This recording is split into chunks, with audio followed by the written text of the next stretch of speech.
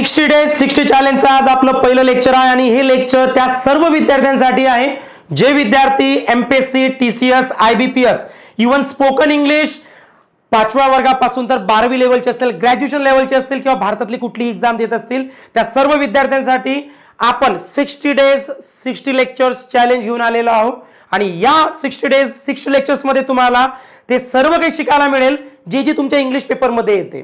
चला बघा, आता आज आपलं पहिलं लेक्चर आहे आणि ज्या कोर्सचं नाव आहे बेसिक टू ॲडव्हान्स, म्हणजे अगदी झिरो पासून। जे विद्यार्थी म्हणतात सर आजपर्यंत मी इंग्लिश ग्रामरचा मला ग सुद्धा माहित नाही की ग्रामरचे क्वेश्चन सॉल्व्ह कसे करू, मला ग्रामरचं नॉलेज शून्य आहे, त्या सर्व विद्यार्थ्यांसाठी आजचं लेक्चर पॉवरफुल आहे। इवन जे विद्यार्थी म्हणतात सर माझा कधी इंग्लिशचा स्कोर येत नाही पण मी 50%, 60%, 70% पण माझा इंग्लिशचा चांगला स्कोर जो मला हवा आहे तो स्कोर येत नाही, त्या सर्व विद्यार्थ्यांसाठी आहे। बिकॉज मी तुम्हाला घेऊन जाणार आहे झिरो पासून तर डायरेक्टली ॲडव्हान्स लेवल पर्यंत। सो हे 60 डेज 60 लेक्चर चॅलेंज तुम्हाला ऍक्सेप्ट करायचं आहे जेणेकरून तुम्ही इंग्लिश मध्ये मास्टर होणार आहात। चला मग आजचं फर्स्ट सेशन आहे, आजचं पहिलंच लेक्चर आहे। पण आजचं लेक्चर सुरू करण्या अगोदर मला एक तुमच्याकडून प्रॉमिस हवा आहे। खूप सारे विद्यार्थी स्कोर यासाठी घेत नाहीत कारण त्यांना असं वाटतं की सर हे तर मला येते, सर हे तर मी पुस्तकातून केलेलं आहे, हे तर मी ऑलरेडी शिकलेलो आहे आणि त्याच्यावरच क्वेश्चन आल्यानंतर आपला एक्झामचा मार्क जातो। बस मला एवढं प्रॉमिस करा की हे जे 60 डेज 60 लेक्चर्स आहेत कुठेही स्किप न करता, इवन तुम्हाला येत असेल तरीही परत परत बघा जेणेकरून तुम्ही स्वतः कॉन्फिडंट बनणार आणि म्हणणार की yes I know everything about English grammar. So I hope all of you are ready. So आपण काय म्हणणार की हा इंग्रजी ग्रामरचा पहिला दिवस आहे, म्हणजे तुम्ही म्हणू शकता की स्टेप बाय स्टेप हे जे 2025 आहे तुम्ही नव्याने सुरुवात करणार आहात। चला ठीक आहे, भारतातली मग ती एक्झाम कुठली असू द्या आपले 60 डेज 60 लेक्चर्स तुमच्यासाठी 100% उपयुक्त आहेत। तर बेसिकली इंग्लिश ग्रामरचा सिलेबस काय असतो तुम्ही बघू शकता। हा टोटल सिलेबस तुम्ही या 60 डेज 60 लेक्चर चॅलेंज मध्ये शिकणार आहात। इवन एवढंच नाही, हे तर मी फक्त ग्रामर बद्दल मांडलेलं आहे, याच्या व्यतिरिक्तही जे जे तुमच्या इंग्लिश पेपर मध्ये येते ते सर्व काही तुम्ही या basic to advance 60 days 60 lecture मध्ये शिकणार आहात। चला ठीक आहे, मग हा टोटल सिलेबस बघून घ्यायचा, एक स्क्रीनशॉट काढू शकता जेणेकरून तुम्हाला इंग्लिश ग्रामरचा सिलेबस समजेल। चला मग आज आपण सुरुवात करूया। मला फक्त एवढंच सांगायचंय तुम्हाला की आज आपलं पहिलं लेक्चर आहे आणि हे लेक्चर अगदी झिरो पासून आहे, स्किप करू नका। फक्त एवढंच मला तुम्ही प्रॉमिस करा की कुठेही स्किप नाही करायचं कारण खूप काही नवीन शिकायला तुम्हाला मिळणार आहे। चला ठीक आहे, सो आज आपलं पहिलं लेक्चर आहे। मी एकच सांगेल तुम्हाला, फर्स्ट ऑफ ऑल मी तुमची 100% गॅरंटी घेतो आणि तुम्ही म्हणा सर हे 60 लेक्चर करून जर इम्प्रूव्हमेंट झालं नाही डायरेक्टली तुम्ही आपलं जे यूट्यूब चॅनल आहे अनसबस्क्राईब करा। यूट्यूबच्या खाली एक निगेटिव्ह कमेंट करा की बाकीच्या विद्यार्थ्याला सुद्धा हा जो 1 तासाचा लेक्चर असते आपलं म्हणजे त्याचा टाइम कंझ्युम होणार नाही, त्याला लवकर समजेल की खरोखर लेक्चर कामाचं आहे की नाही कामाचं आहे।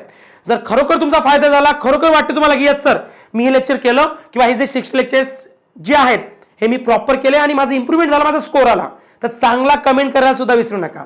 बस मी एकच सांगेल तुम्हाला की सर्व विद्यार्थ्यांना जेवढं सांगतो तेवढं फॉलो करा। मार्केटमधलं कुठलंही इंग्लिश ग्रामरचं पुस्तक घेऊ नका, कुठलं इंग्लिशचं पुस्तक घेऊ नका। पुस्तक घ्यायचं असेल तर प्रश्नांचं पुस्तक घ्या, प्रश्न सॉल्व्ह करा, आपले हे जे काही मी शिकवणार आहे यानुसार आहे। ओके, चला बघा आता मला तुमच्याकडून पाहिजे फक्त एक 4 topics. If you learn, if you understand, if you remember this 4 topic then I can take your guarantee you can improve yourself in English language. फक्त मला तुमच्याकडून हे 4 टॉपिक्स प्रॉपर हवे आहेत। मी परत सांगतो एक्झाम कुठली असू द्या मी सर्व एक्झामचे क्वेश्चन घेऊन तुम्हाला शिकवणार आहे। चला मग कुठले कुठले टॉपिक म्हणतो आपण, subject, helping verb, main verb, object. तुम्ही म्हणा सर वारंवार तुम्ही हे सांगता असं का बरं?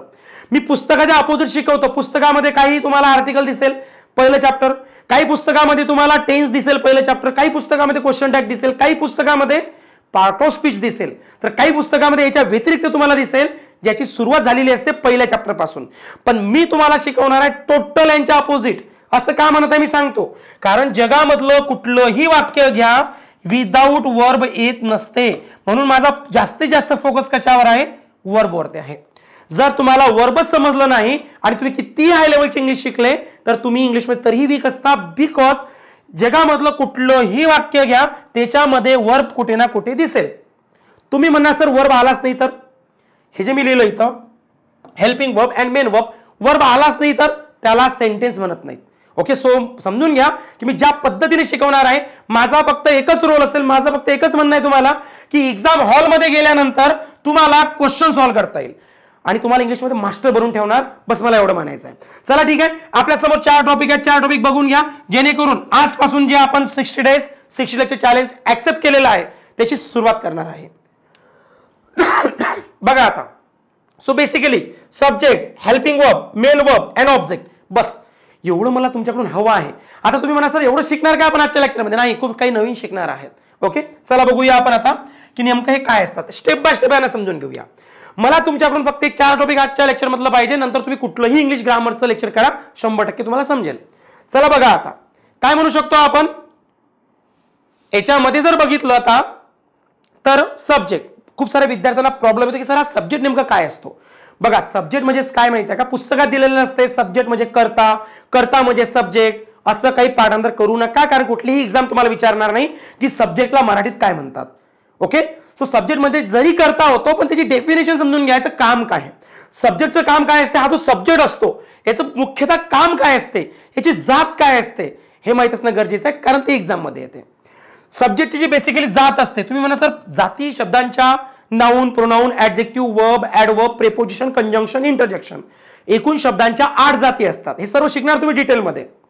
मग या 8 जातीमधून 8 जाती बाहेर कुठलाही इंग्लिशचा जो शब्द असतो तो नसतो. जगातला कुठलाही शब्द घ्या, 8 जातीमध्ये येत असतो. त्या 8 जातीमधून या सब्जेक्टची जात काय आहे बरं? सब्जेक्ट एक अशी जात आहे का? नाही, सब्जेक्ट कुठलीही जात नाही आहे.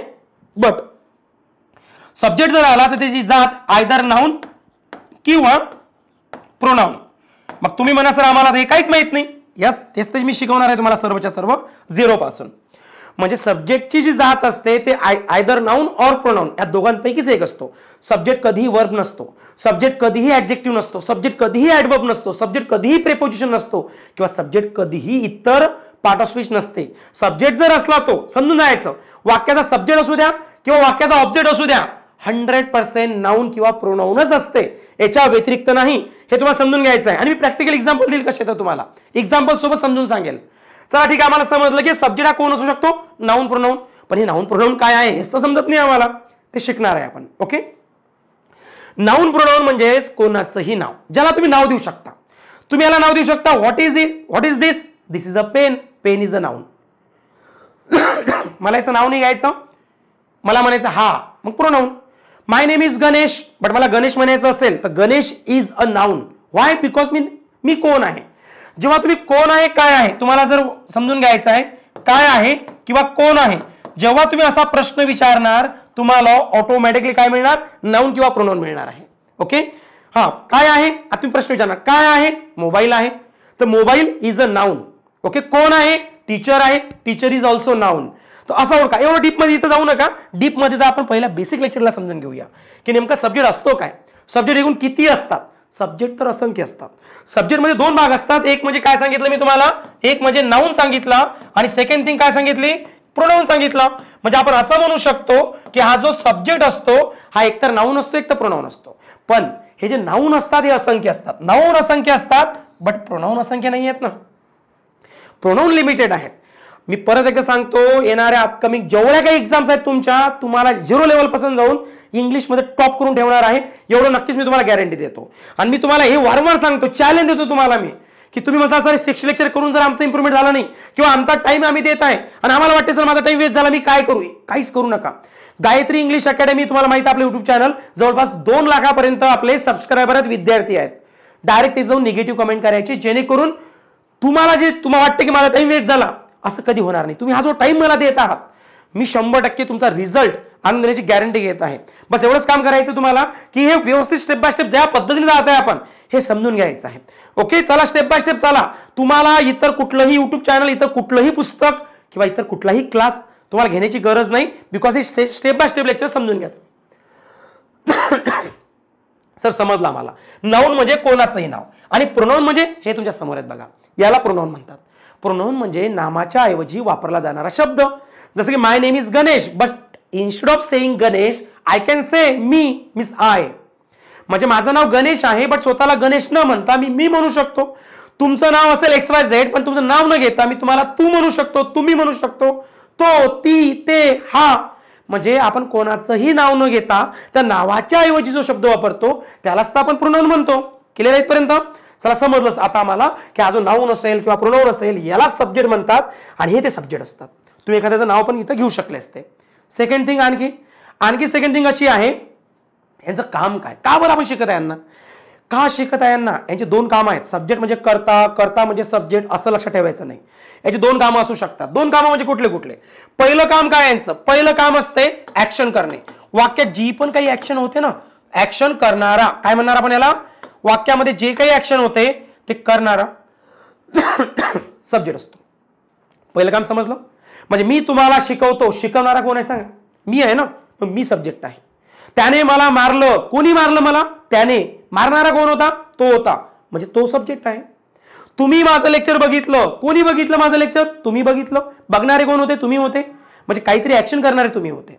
बस मी एवढंच सांगेल की वाक्यामधली जे काही ऍक्शन असते, जो ऍक्शन करणारा असतो त्याला म्हणतात सब्जेक्ट.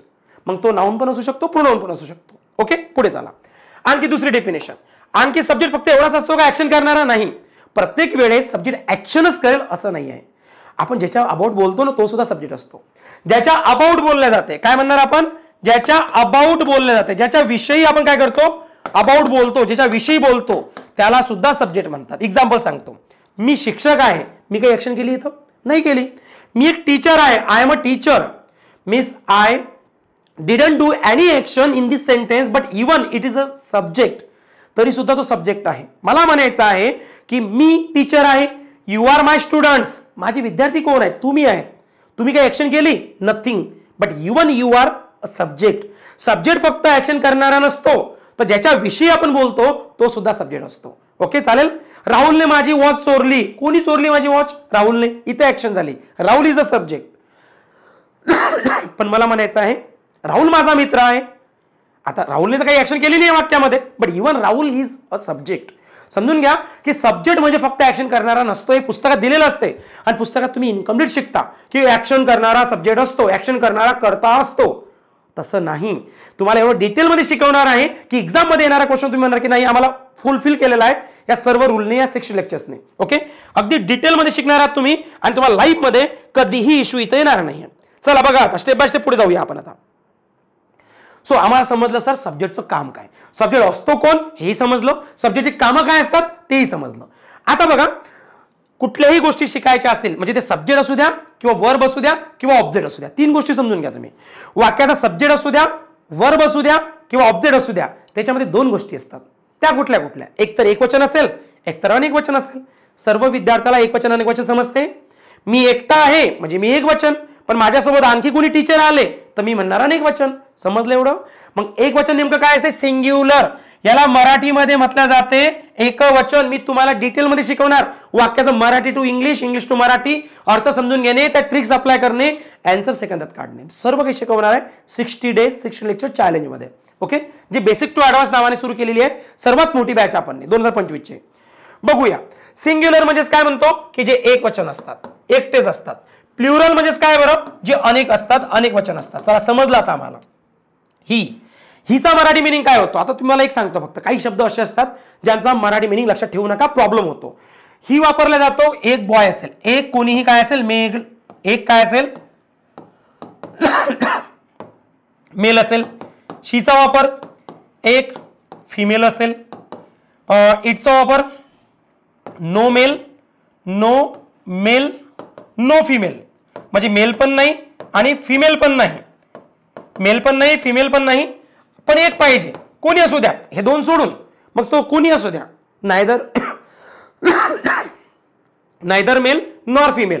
ना आपल्याला पुरुष पाहिजे ना स्त्री पाहिजे, पण जे काही पाहिजे ते एक पाहिजे. तुम्ही म्हणा सर हे कसं काय पॉसिबल आहे. मुलगा असता तर मी ही वापरला असता, मुलगी असते तर मी शी वापरला असता, पण दोन्ही नाही ते कसं काय असेल. Yes, obviously it's neither male nor female. मला सांगा मेल आहे फिमेल आहे, दोन्ही नाही आहे, म्हणजे इट वापरा. It's my pen, it is my pen म्हणू शकता ना तुम्ही. आता बघा एक समजून घ्यायच्यामध्ये मराठी अर्थ का लक्षात ठेवू नका, मी सांगतो. हिला मराठीमध्ये तुम्ही पाठांतर कसं करता, पुस्तकात दिलेलं असते. ही म्हणजे तो, शी म्हणजे ती, असं जर लक्षात ठेवणार तर तुम्हाला खूप सारा मोठा प्रॉब्लेम होणार आहे. एक्झाम्पल सांगतो. तो तुम्हाला माहित आहे, तो माझा मित्र आहे, तो माझा मित्र आहे, तुम्ही असं लिहिता. आणि तो म्हणजेच कोण, कधीही कुठलेही वाक्य, हे सर्व शिकवणार आहे मी तुम्हाला. कुठलीही वाक्य इंग्लिशमधून मराठी किंवा मराठीमधून इंग्लिश करायचं असेल तर पहिला शब्द घ्यायचा आणि शेवटून करत आणायचं. ते कसं बघा, हे मी शिकवणार आहे. जस्ट एक्झाम्पल घेतलं फक्त. ही म्हणजेच कोण, तो. आहे म्हणजेच कोण, इज. माझा मित्र म्हणजे माय फ्रेंड. एवढं समजते सर आम्हाला की ही इज माय फ्रेंड. काही विद्यार्थी म्हणतात नाही सर एवढंही नाही समजत आम्हाला. दोन्ही प्रकाशाने टेन्शन नका की मी 0 पासून घेत आहे. मग आता तुम्ही म्हणणार इथं तो माझा मित्र आहे, ठीक आहे, मग पुस्तकात दिलं होतं ना ही म्हणजे तो. पण आता प्रॉब्लेम कुठे येतो बघा, ते माझे वडील आहेत. जर मी असं लिहिलं असतं ते माझे वडील आहेत, आता काय केलं असतं तुम्ही. म्हणून म्हणतो फक्त आणि फक्त ट्रान्सलेशन करू नका. मी असं शिकवणार नाही तुम्हाला. मी शिकवणार जी पुस्तकाची भाषा आहे. पुस्तकाची भाषा फक्त थेरॉटिकल आहे. रूल्स असतो इथं फिक्स करतो आणि एक्झामचा आन्सर देतो. म्हणून मार्क येत नाहीत. काय येत नाहीत, या एक्झाम्पलवरून तुम्हाला समजणार आहे की तुमचा स्कोर का नाही येत. आता तुम्ही कसं पाठांतर केलं होतं, पुस्तकात दिलेलं होतं ही म्हणजे तो, तो म्हणजे ही, असं पुस्तकात असते. जर मराठी आणखी शिकायचं असेल तर तुम्हाला काही पुस्तकात तुम्ही बघू शकता. पण मला काय म्हणायचं आहे, मी तसं नाही शिकवलं. मी तुम्हाला मी याचा मराठी मिनिंग दिला का नाही. मी शिकवलं कुठलाही एक मेल असेल, मेल, मग तो कुठलाही असू द्या, मोठा असू द्या, छोटा असू द्या. तुम्हाला माहित आहे का, ते माझे वडील आहेत, पण वडील तर एकच असतात. पण विद्यार्थी चुका करतात कारण ते शिकलेले असतात की ते म्हणजे देचा अर्थ. देचा अर्थ काय होतो माहिती आहे का, या देचा अर्थ होते ते. आणि ते काय करतात माहिती आहे का, इथं असं लिहितात ते म्हणजे दे, आहे म्हणजे आर, आणि माझे वडील म्हणजे माय फादर. माय फादर वाक्य चुकून जाते. याचा अर्थ होते की फादर खूप सारे आहेत आणि ते माझे फादर आहेत, असा याचा अर्थ होतो. आणि अशा चुका करतो आणि ह्याच चुका तुम्ही करतात. तुम्ही म्हणता ना सर आमचा रिझल्ट काय येत नाही, ते द रिझन इज आपण फक्त आणि फक्त थेरॉटिकल रूल्स डोक्यामध्ये ठेवतो. मी असं तुम्हाला शिकवणार नाही. मी तुम्हाला सेन्स वाईज याचा सेन्स काय निघतो, अर्थ काय निघतो, ट्रिक कशी अप्लाय करायची, हे सर्व काही शिकवणार आहे. चला ठीक आहे, समजलं असेल. मी काय शिकवलं तुम्हाला, कुठलाही मेल असू द्या. मग इथं मेल आहे ना, फादर. फादर कोण आहे समजून घ्या. फादर एक मेल आहे. मग मेल आहे तर इथे काय वापरू शकतो, याच्या जागी देच्या जागी तर हीच वापरतो. म्हणून म्हणतो की ते पुस्तकी लँग्वेज, थेरॉटिकल लँग्वेज लक्षात नका ठेवू. म्हणून यांचे मराठी मिनिंग न देण्याचं कारण हे होतं. आलं लक्षात. चला जाऊया पुढे. समजलं तुम्हाला इथपर्यंत. हीचा वापर एका मेलसाठी, एका पुरुषासाठी. पण खूप सारे पुरुष असले तर मग दे वापरा. खूप सारे पुरुष असले तर दे वापरा. असं लक्षात ठेवा. असं लक्षात नका ठेवू. कंजंक्शन म्हणजे उभयान्वी अव्यय. उभयान्वी अव्यय म्हणजे कंजंक्शन. काय भेटलं तुम्हाला, काहीच नाही. त्याच्यापेक्षा कंजंक्शन म्हणजे दोन किंवा दोन पेक्षा जास्त अक्षरांना, म्हणजे आपण काय म्हणतो लेटर्सला, वर्ड्सला, सेंटेन्सेसला, पॅरिग्राफला जोडणारा शब्द. असं लक्षात ठेवा ना, त्याचा यूज काय होतो. कशाला ते मराठीत इकडे तिकडे करता, याने तुमचा मार्क जातो आणि फक्त मेमरी युजलेस फिलअप होते तुमची. हे करायचं नाही आपल्याला. चला समजलं आम्हाला की हिचा अर्थ एका मेलसाठी आणि अनेक मेल असतील तर दे वापरायचा. शीचा यूज आपण एका फिमेलसाठी करतो, पण अनेक फिमेल असल्या तर दे वापरतो. नंतर तुम्ही म्हणा सर मेल पण नाही फिमेल पण नाही, तुम्ही स्क्रीन बद्दल बोला बरं. हे स्क्रीन आहे मग इट वापरा, पण एकच असायला पाहिजे. तुम्ही लेक्चर बद्दल बोला बरं, नायदर मेल नॉर फिमेल, मग तुम्ही काय वापरा, इट वापरा, कारण it's not neither male nor female. पुढे चला. एवढं सर समजलं आम्हाला की या तिघांचा वापर कसा करायचा. पण एक समजून सांगू का, या तिघांनाही काय म्हटलं जाते माहिती आहे का, या तिघांनाही म्हटलं जाते थर्ड पर्सन. हे असतात तुमचे थर्ड पर्सन. खूप सारे विद्यार्थी म्हणतात सर ते third person, first person, second person, हे काय असतं. थर्ड पर्सन म्हणजे बघा, तुम्ही ऐकत आहात, तुम्ही माझ्यासाठी सेकंड आहात. मी बोलत आहे तर मी माझ्यासाठी फर्स्ट आहे. तुम्ही बोलत असाल तर तुम्ही तुमच्यासाठी फर्स्ट असाल, मी तुमच्यासाठी सेकंड असेल. फर्स्ट आणि सेकंड कोण आहे, तुम्ही आणि मी. पण ज्यांच्याबद्दल बोलणार आहे आपण ते असतील थर्ड पर्सन. म्हणजे मी म्हणणार तो, पण तो इथं आहे का, नाही आहे, म्हणजे थर्ड पर्सन. ती इथं आहे का, नाही आहे, म्हणजे थर्ड पर्सन. इट ते इथं आहे का, किंवा आपण त्यांच्यासोबत नाही बोलत आहे ना, त्यांच्यासोबत न बोलता त्यांच्याबद्दल बोलणे म्हणजे थर्ड पर्सन. म्हणजे मला म्हणायचं तिन्ही पण काय असतात, थर्ड पर्सन असतात. आणि या तिघांचंही अनेक वचन सारखं होते. म्हणजे पुरुषाचं अनेक वचन म्हणजे मेलचं अनेक वचन दे, फिमेलचं अनेक वचन दे, आणि वस्तूंचं अनेक वचन सुद्धा दे होते. मला म्हणायचं माझ्या हाती एक मोबाईल होता, पण मला म्हणायचं आता माझ्या हाती 2 मोबाईल आहेत. मग समजून जायचं, मोबाईल जर 2 झाले तर इथं दे लागणार, इट लागणार नाही. ओके, चला मग आता आपल्याला समजत आहे, स्टेप बाय स्टेप पुढे जात आहे आपण. आता काय करणार आहे आपण, आणखी खाली येणार आहे. आय कधी हा काय असतो, फर्स्ट पर्सन असतो. काय म्हणतो आपण याला, फर्स्ट पर्सन. म्हणजे नेमकं काय, स्वतःबद्दल बोलणे. स्वतः मी एकटा आहे तर आय म्हणजे कोण, मी एकटा आहे. पण माझं जर अनेक वचन केलं तुम्ही काय म्हणणार, आम्ही. ही आय म्हणजे मी. स्वतःसाठी आपण आय वापरतो आणि त्याचं अनेक वचन काय होते, वी होते. पुढे चला. यूचा वापर कशासाठी करतात. यूचा वापर तसं जर बघितलं तर समोरचे एक वचन असले तरी पण यू वापरले जाते, समोरचे अनेक वचन असले तरी पण यू वापरले जाते. कारण यूचा अर्थ होते तू किंवा तुम्ही. म्हणजे एक वचन अनेक वचन दोन्ही.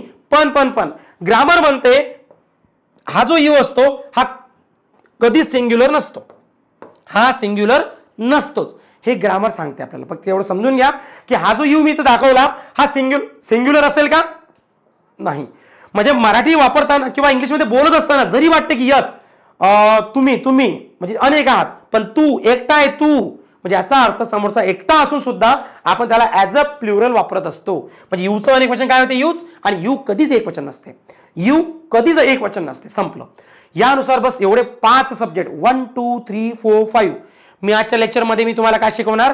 आजच्या लेक्चरमध्ये 5 टॉपिक खूप डिटेलमध्ये शिकवणार. मला फक्त तुम्ही प्रॉमिस करा, जसं मी तुम्हाला सब्जेक्ट शिकवले, किती शिकवले? 5 सब्जेक्ट टीच केले. आजच्या लेक्चरमध्ये मी जेवढं शिकवणार तेवढं तुमचं तोंडपाठ असलं पाहिजे. मी स्वतः करून देणार आहे, बट तुम्ही गॅरंटी घ्या, तुम्ही स्वतःची गॅरंटी घ्या की सर हे 4 टॉपिक आम्ही तुम्हाला गॅरंटी देतो, हे 4 टॉपिक व्यवस्थित करून देतो. तुम्ही आमची पूर्ण गॅरंटी घ्या इंग्लिश ग्रामरची पैकीच्या पैकी स्कोर आणण्याची. Yes, that will be my guarantee if you learn this 4 topics, because I know English is the easiest language if you follow my techniques, and English also hardest language if you follow books. हे समजून घ्या. English हे depend करते तुम्ही कुठल्या point of view शिकता. Okay, पुढे चला. आता बघूया आपण हेल्पिंग वर्ब आणि टोटल हेल्पिंग वर्ब असतात 27, आणि 27 हेल्पिंग वर्ब जे असतात ते थोडेसे समजून घेऊया आपण. ओके, याच्यामध्ये आणखी ऍड ऑन होतात, बट जे ऍक्च्युअल वाले असतात जे गरजेचे असतात आपल्याला ते असतात 27. कुठले कुठले असतात बघा. मी सब्जेक्ट समजून सांगितलं, त्याचं काम सांगितलं, त्याची जात काय असू शकते सांगितलं, आणि ते कशा प्रकारे फंक्शन करू शकतात हे सुद्धा सांगितलं. पुढे जाऊया. सो समजलं तुम्हाला? तुम्ही काय शिकले होते? तुम्ही शिकले ही, तुम्ही शिकले शी, तुम्ही शिकले इट, आणि तुम्ही शिकले आय. हे सर्व काय असतात? एक वचन असतात. हे शिकलो आपण. हे सर्वच्या सर्व एक वचन असतात, बट आय त्याच्यामधला अपवाद असतो.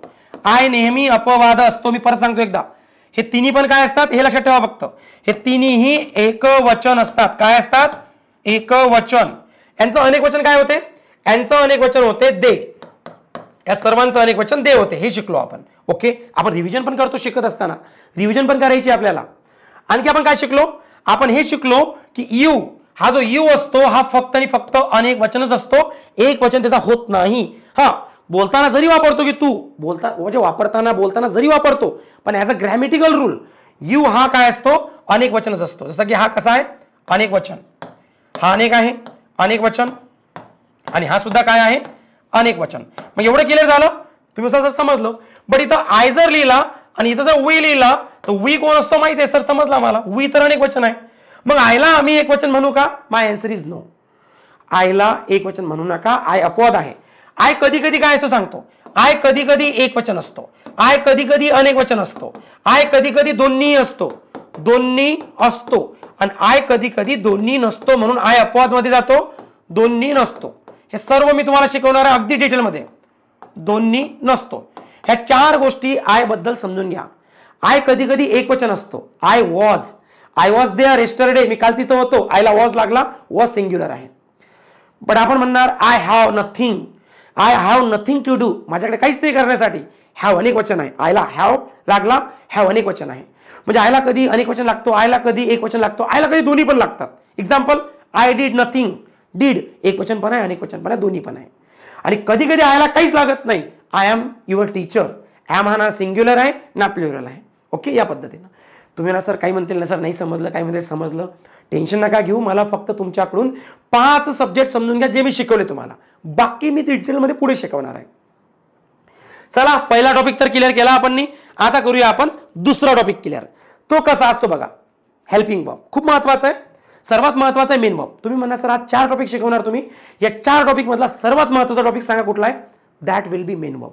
Without main verb nobody can make sentence in whole word. Why? The reason is, if you try to make any sentence, you need to take any action verb or any main verb. Without verb, nobody can make any sentence. Okay? तुम्हाला काय करायचं याच्यामध्ये? तुम्ही कुठलाही sentence जर make करायचा प्रयत्न केला तर तुम्हाला नीड लागेल मेन वर्बची. ते मेन वर्ब शिकवणार आहे मी तुम्हाला. या फर्स्ट ऑफ ऑल हेल्पिंग वर्बला समजून घ्या. नावामध्येच आहे हेल्पिंग. हेल्प करणारे, सपोर्ट करणारे, मदत करणारे, जे क्रियापद, वर्ब म्हणजे क्रियापद म्हणतो आपण. जाऊ दे, मराठीमध्ये काय म्हणतो? ॲनी त्याला सोडून द्या. वर्ब म्हणजे असे वर्ब की जे हेल्प करतात. कशामध्ये हेल्प करतात? टाइम दाखवण्यामध्ये. तुमच्या जीवनामध्ये टाइम असतात ना वेगवेगळे. किती टाइम आहेत आपल्या जीवनामध्ये? 3 टाइम आहेत. तुमच्या जीवनामध्ये 3 टाइम आहेत. एक म्हणजे गेलेला, त्याला तुम्ही पास्ट म्हणता. एक म्हणजे जो सुरू आहे, तुम्ही त्याला प्रेझेंट म्हणता. आणि एक म्हणजे जो होणार आहे, तुम्ही त्याला फ्युचर म्हणता. आय नो काही विद्यार्थ्यांना खूप हे लेक्चर बेसिक वाटत असेल, शून्यापासून वाटत असेल, पण मी एवढंच सांगेल, तुम्हाला जंप करायचे नाही. तुम्ही काही विद्यार्थी, मी सांगतो, जो झिरोवाला विद्यार्थी आहे, झिरोवाला, तो बरोबर स्कोर घेऊन 90+ जातो. पण जो हुशार विद्यार्थी असतो, तो कधी कधी हुशार नावालाच असतो आणि त्याचा स्कोर येत नाही, त्याचाच रिझल्ट चालला जातो. असं मी माझ्या होल लाईफमध्ये मी ऑब्झर्व केलेलं आहे. द रिझन इज, त्याला वाटतं हे तर मला येत होतं, स्किप करा, हे तर मला येत होतं, स्किप करा. या पद्धतीनेच आपला स्कोर जातो. म्हणून म्हणतो की 60 लेक्चर 60 तासांचे, 60 दिवसांचे, काय 60 तास देऊ शकत नाही आपल्या जीवनामधले आपण, तेवढे डेफिनेटली द्यायचे. जर खरोखर तर तुम्हाला वाटतं एक तर लेक्चर बघूच नका, बघायचं असेल तर पूर्ण कंप्लीट करा. 60 डेज आहेत, 60 आवर्स आहेत आणि 60 लेक्चर्स आहेत. करायचं तर पूर्णच करायचं आपल्याला. आदर मदत सोडून देतो, मग ते नावाला हुशार राहतो आणि आपला रिझल्ट येत नाही. आपलं भविष्य खराब होते, ते आपल्याला करायचं नाहीये. चला ठीक आहे. मग मला म्हणायचं वर्ब म्हणजेच काय बरं, पण कुठले वर्ब? Helping verb. हेल्पिंग वर्बचा अर्थ काय होतो? हेल्पिंग वर्बचा अर्थ होतो असे क्रियापद, असे शब्द की जे तुम्हाला हेल्प करतात, की सेंटेन्स पास्टमध्ये आहे, की सेंटेन्स प्रेझेंटमध्ये आहे, की सेंटेन्स फ्युचरमध्ये आहे. म्हणजे तुम्हाला सपोर्ट करणारे शब्द, हेल्प करणारे शब्द, टाइम शो करण्यासाठी त्याला हेल्पिंग वर्ब म्हणतात. आता काही विद्यार्थी मला कमेंट करतील, नाही ना सर, ते पुस्तकात असते. हेल्पिंग वर्ब म्हणजे सहाय्यकारी क्रियापद. आता मला सांगा, तुम्ही काय करता ते असं लक्षात ठेवून पुस्तकाबद्दल? हेल्पिंग वर्ब म्हणजे सहाय्यकारी क्रियापद, सहाय्यकारी क्रियापद म्हणजे हेल्पिंग वर्ब. काय फायदा झाला तुमचा? लॉस झाला. उलट तुमची मेमरी युटिलाइज झाली, जी लिमिटेड आहे त्यात तुम्ही अनलिमिटेड डेटा स्टोअर करण्याचा प्रयत्न करत आहात. मी एकच सांगतो तुम्हाला, अशा गोष्टी लर्न करू नका की ज्या कामाच्या नाही, जे पुस्तकी लँग्वेज, ज्या थेरॉटिकल असतात. असं लक्षात ठेवा ना की जे मदत करतात, हा त्याचा अर्थ होतो. सहाय्यकारी म्हणजेच काय? सहाय्य करणारे, हेल्प करणारे, तोच अर्थ होतो. चला पुढे काय म्हणू शकतो आता आपण याच्यामध्ये? आता हे पहिलं लेक्चर असल्यामुळे तुम्हाला सुद्धा जोश येणार आहे, तुम्ही सुद्धा म्हणणार आहे की आता आमचं काही स्किप नाही आहे, काही स्किप करण्याची गरज नाही आम्हाला, कारण मी स्टेप बाय स्टेप शिकत आहे. आता 60 आवर्स. चला ठीक आहे, 60 तास तुमचे पाहिजे मला तुमच्या जीवनामधले, बस. हेल्पिंग वर्ब काय असते? हेल्पिंग वर्बचे जवळपास वेगवेगळे प्रकार असतात. ते कसे बघा आता.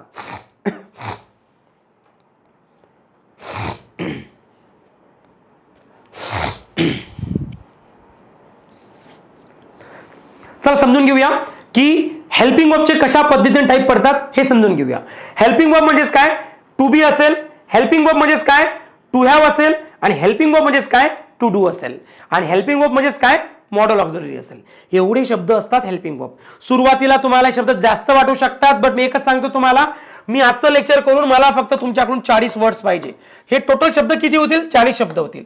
आज जेवढे लेक्चर मी तुम्हाला शिकवणार, या पूर्ण लेक्चरमध्ये इंग्लिश ग्रामरचे 40 शब्द होतील. मला एकच सांगायचं, फक्त मला तुमच्याकडून 40 शब्द पाहिजे, तेवढं तुम्हाला करायचे आहेत फक्त. आजच्या लेक्चरमधले जर तुम्ही 40 शब्द केले, मी तुम्हाला जी यशाची पायरी आहे पहिलीवाली, ती चढून घेणार तुम्ही, आणि जसे 60 लेक्चर होतील तुम्ही मास्टर बनणार इंग्लिशमध्ये.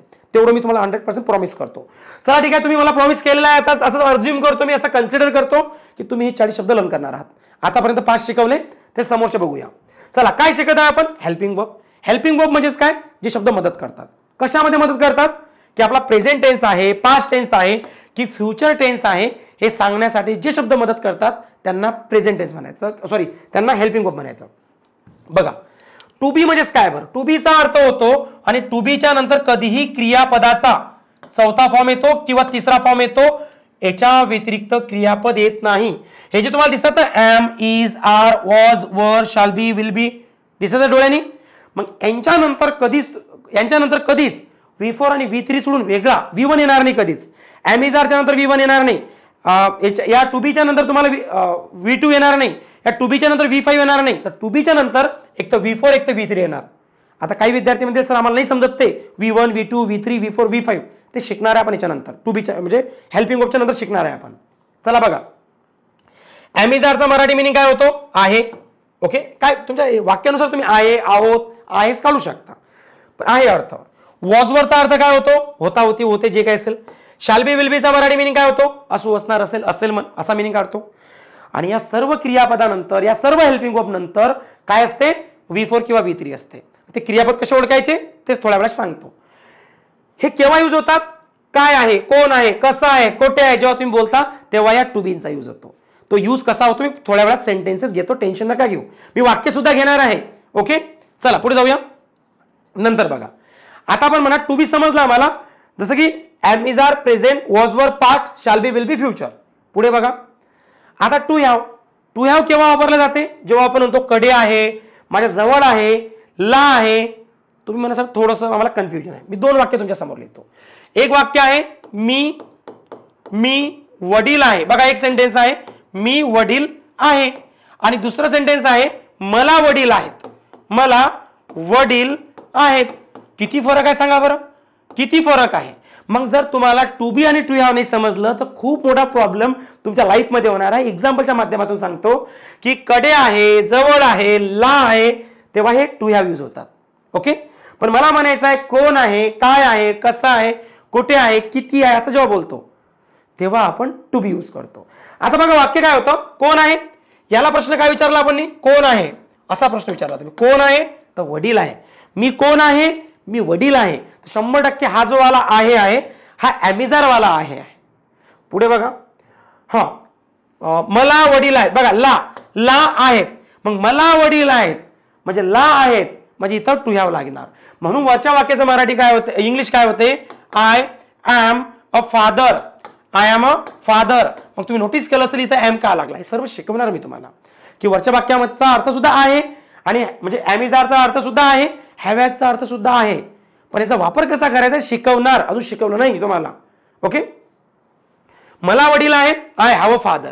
I have a father. मग बघितलं किती डिफरन्स आहे. इथं सुद्धा आहे, इथं सुद्धा आहे, पण याचा आहे एम आणि याचा आहे हॅव. हे प्रॉब्लेम सुद्धा तुमचे होतील नाही, कारण ते डिटेलमध्ये जाणार आहे. आपण अगदी झिरो पासून जाणार आहे की आर्टिकल एक का लागला, याचा अर्थ कसा होतो, हे सर्व डिटेलमध्ये शिकणार आपण.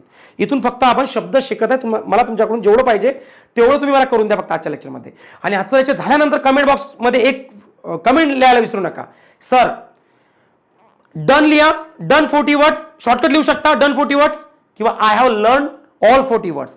या दोघांपैकी एक कमेंट करा, किंवा तुमच्या मनाचा कुठलाही कमेंट करा, पण त्याच्यामध्ये एवढं नक्कीच असू द्या की तुम्ही 40 शब्द लर्न केले. तुम्ही मला प्रॉमिस केलं, म्हणून मी तुम्हाला प्रॉमिस करताय की आता येणाऱ्या 6 लेक्चर्समध्ये you will be master in English grammar.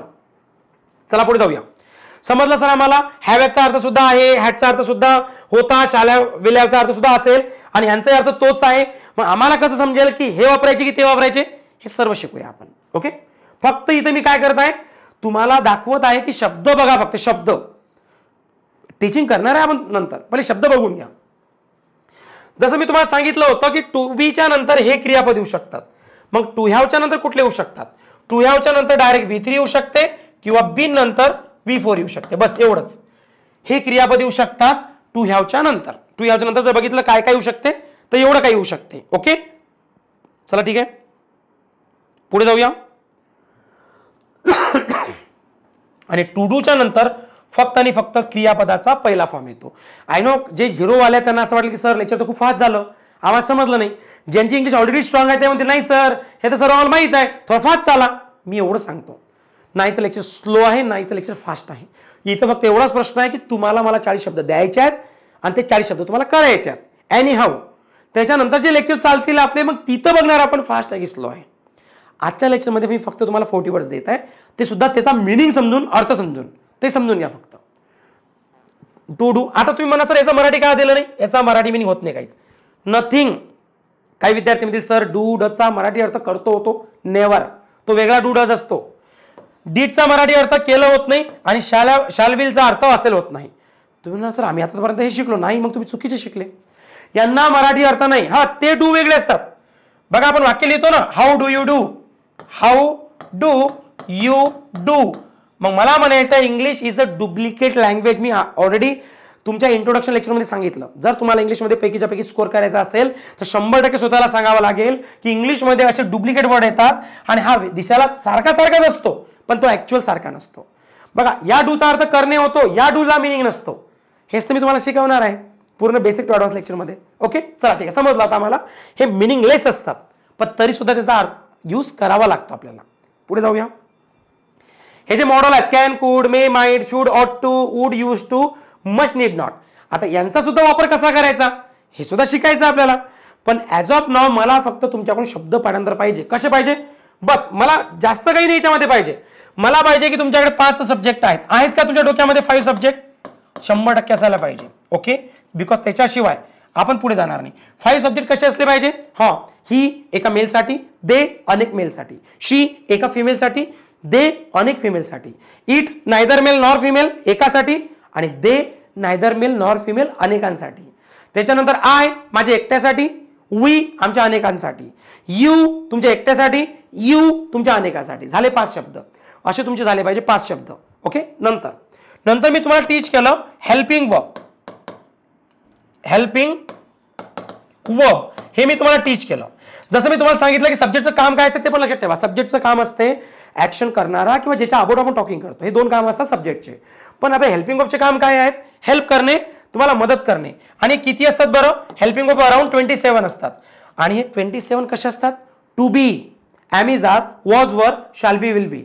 To have हा जे प्रेझेंट पास्ट फ्युचर जसे लागतात तसे सांगायचे तुम्हाला. To have, have has had, shall have, will have. To do, do does did, shall will. आणि मॉडल्स किती आहेत? मॉडल्स 10 आहेत. कुठले कुठले आहेत? Can, could, may, might, should, ought to, need not, must, आणि त्याच्यानंतर यूज टू आणि वुड. मग टोटल एक 10 मॉडल्स असतात. असे 27 तुम्हाला हेल्पिंग वर्ब आले पाहिजे. तुम्ही म्हणा सर तुम्ही फक्त आमचे शब्द लर्न करून देत आहे, आम्हाला कसं काय येईल ते, की काय करायचं यांचं? Yes, keep some patience because I am going to teach you from 0 level. That is my guarantee. And you won't need to use any book. Why? Because मी याच्यामध्ये तुम्हाला questions, test series, PDF notes, everything I am going to share with you. So तुम्हाला स्वतः काही करण्याची गरज नाही आहे. ओके, चला ठीक आहे, बघूया आपण आता. सो आतापर्यंत काय शिकलो आपण? आतापर्यंत काय शिकलो त्याचा एक आढावा घेऊया. हे थोडं समजून सुद्धा घेऊया आतापर्यंत काय शिकलो. आतापर्यंत हे शिकलो एक वचन सब्जेक्ट. काय शिकलो? एक वचन. आणि या साईडला काय शिकलो आपण? अनेक वचन. कारण सब्जेक्ट असू द्या किंवा हेल्पिंग वर्ब असू द्या, त्याच्यामध्ये मुख्यतः 2 गोष्टी फंक्शन करतात. मला म्हणायचं जर मी सब्जेक्ट बद्दल बोलायचं झालं, मला सब्जेक्ट बद्दल, सब्जेक्ट मी तर लिहून घेतो. मग सब्जेक्ट एक वचन कुठले कुठले असतात लिहून सांगा बरं एकदा. ही, शी, इट. हे ओरिजिनली एक वचन असतात. आणि हे जर ओरिजिनली एक वचन असतात सब्जेक्टला, तर यांना हेल्पिंग वर्ब कुठे लागतील? हेल्पिंग वर्ब तुम्हाला माहित असणं गरजेचं आहे ना. मी टीच नाही केलं तुम्हाला अजून, पण आता टीच करतो मी तुम्हाला ते. हे जे हेल्पिंग वर्ब असतात याच्यात सुद्धा एक वचन असतात. कुठले कुठले असतात लिहून देत आहे तुम्हाला. इज, वॉज,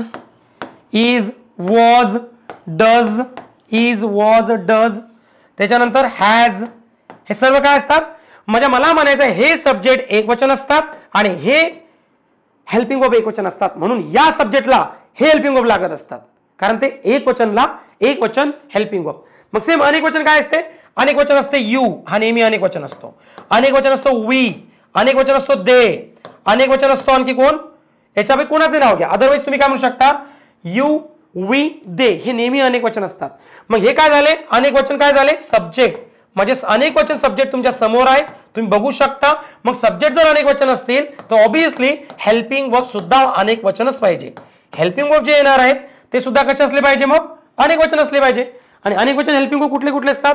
आर नेहमी अनेक वचन असतो, वर नेहमी अनेक वचन असतो, त्याच्यानंतर हॅव नेहमी अनेक वचन असतो, डू नेहमी अनेक वचन असतो. म्हणजे हे अनेक वचन सब्जेक्ट आहे, तर हे अनेक वचन हेल्पिंग वर्ब आहेत. मग अनेक वचन सब्जेक्टला अनेक वचन हेल्पिंग वर्ब लागत असतात. एक वचन सब्जेक्टला एक वचन काय लागत असतात? हेल्पिंग वर्ब लागत असतात. आणि जो मी आय सोडलेला आहे तो एक्सेप्शन, अपवाद मध्ये जात असतो. कारण आय कधी एक वचन मध्ये जातो, आय कधी इकडे येतो, आय कधी इकडे जातो, आय कधी दोघांमध्ये जातो, आय कधी दोघांमधून निघून जातो. आय कारण एक्सेप्शन जातो. तुम्ही म्हणा सर याच्यामध्ये थोडेसे एक्झाम्पल घेऊन सांगा. येस, कारण याच्याशिवाय तुम्ही बेसिक तुमचं क्लिअर नाही करू शकत ना. हे आहे अगदी सब्जेक्ट वर्ब ॲग्रीमेंट की कशाला काय यूज करायचं तुमच्या समोर. Okay, as you can see by using this charts you can improve your basic English grammar level. You must know की कुठल्या सब्जेक्ट नंतर कुठला वर्ब लागला पाहिजे, त्याच्याशिवाय तुम्हाला सेंटेन्स बनवताच येणार नाही. बघा काय म्हणायचं तुम्हाला, जे अनेक वचन आहेत, वी अनेक वचन, यू अनेक वचन, यू अनेक वचन, दे अनेक वचन, ज्यांना मी अंडरलाईन केलेली आहे ते एक अनेक वचन आहेत. आणि अनेक वचनला काय लागतो? Are are are are. आणि जे एक वचन आहे ते पण बघून घ्या. एक वचन इथं कोण कोण आहे?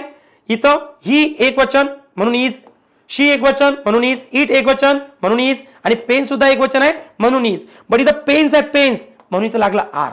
म्हणजे तुम्हाला विथ मराठी याच्यासोबत क्लिअर करून दिलेलं आहे. विथ मराठी तुमची प्रॅक्टिस आणखी व्हावी म्हणून. प्रश्न येतो या साईडला मी ॲमिजारचा अर्थ शिकवला. ॲमचा यूज कसा करायचा, इजचा अर्थ कसा, यूजचा यूज कसा करायचा आणि आरचा यूज कसा करायचा हे सांगितलं. आणि या साईडला मी तुम्हाला सांगितलं हॅवचा यूज कसा करायचा आणि हॅजचा यूज कसा करायचा. ओके, या साईडला समजून घ्या. हॅव नेहमी काय असतो, अनेक वचन. हॅव नेहमी अनेक असतो, हॅज नेहमी एक वचन असतो. आणि हे तुम्हाला माहित असणं गरजेचं आहे, याच्याशिवाय तुम्ही याचा यूज करू शकत नाही. सेम इथं इज काय असतो, तर इज एक वचन असतो आणि आर काय असतो, आर अनेक वचन असतो. आणि एम काय असतो, दोन्ही नसतो, तो फक्त आयला लागत असतो. त्यानुसार तुम्हाला समजायला पाहिजे.